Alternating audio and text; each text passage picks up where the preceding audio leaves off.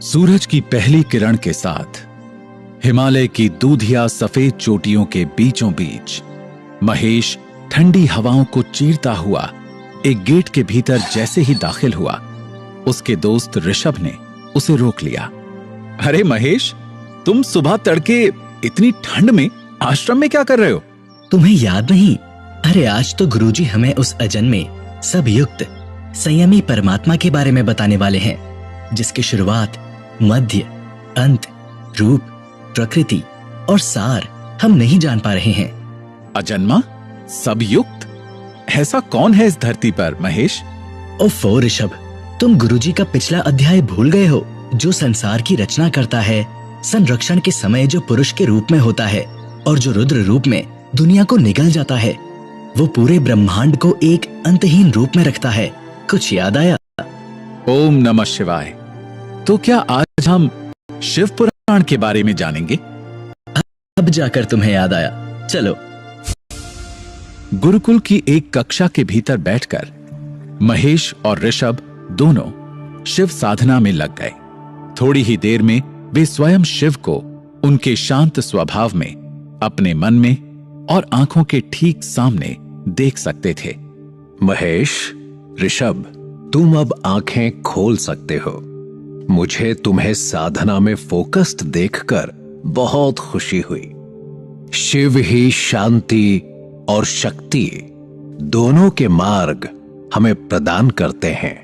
वे ज्ञान के महासागर हैं और इस सृष्टि का संचालन भी वही करते हैं।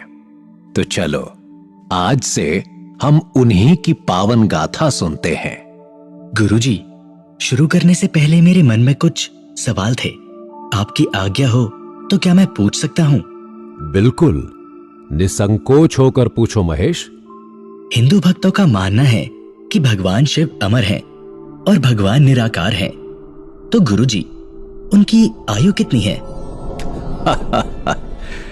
तुम्हें ताज्जुब होगा महेश, लेकिन इसका भी जवाब हमारे ग्रंथों में है। गणित जरा सा मुश्किल है, तो ध्यान से सुनना। ब्रह्मा की आयु 7 करोड़ 20 लाख चतुर्युग या एक चौखरी 4 युगों से बनी है।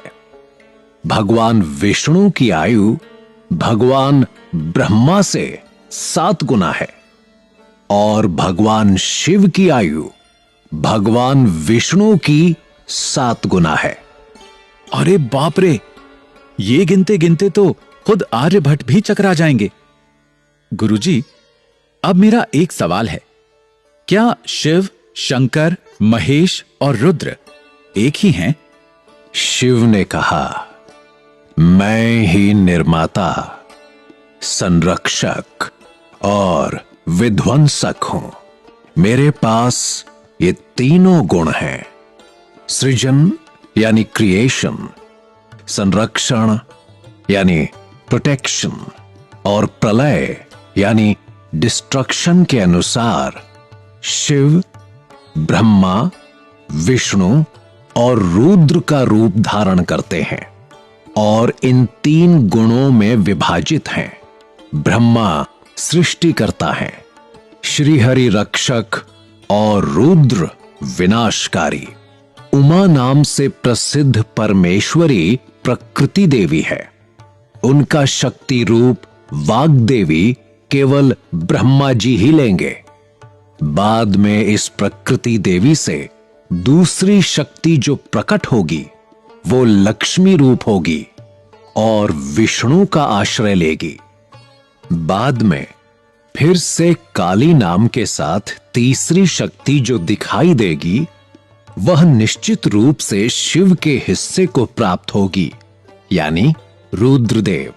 पवित्र शिव पुराण के वर्णनों से यह सिद्ध होता है कि शिव, शंकर, महेश और रुद्र एक हैं।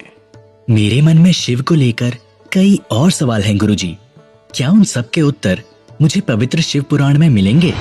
महेश, क्या तुम जानते हो, हिंदू धर्म में 18 पुराण शैलियों में से शिव पुराण सबसे अधिक बार पढ़ा जाने वाला पुराण है।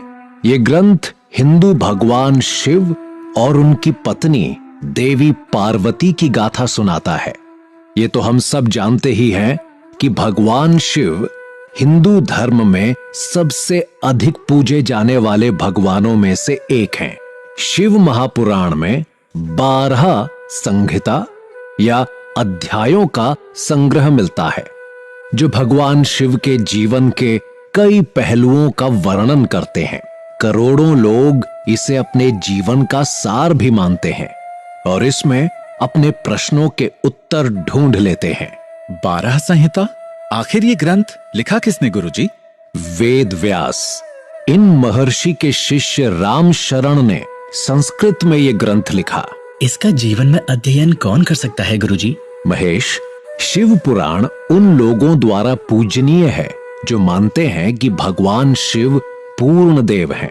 सैकड़ों सालों से भक्त और लोग नियमित धार्मिक अभ्यास के रूप में अपने घरों पर शिव पुराण पढ़ते आए हैं।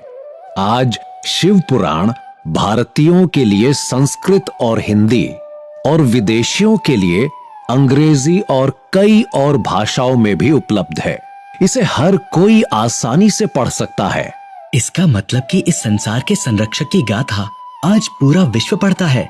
गुरुजी, मुझे शिव पुराण का ज्ञान दीजिए और सभी 12 संहिताओं का वर्णन कीजिए। आओ महेश, ऋषभ, सुनो महादेव की गाथा और इसका पवित्र ज्ञान स्वयं दूसरों तक भी पहुंचाओ। पहला अध्याय है सूत जी द्वारा शिव पुराण की महिमा का वर्णन। पावन शिव पुराण का संपूर्ण ज्ञान पाने के लिए बने रहिए हमारे साथ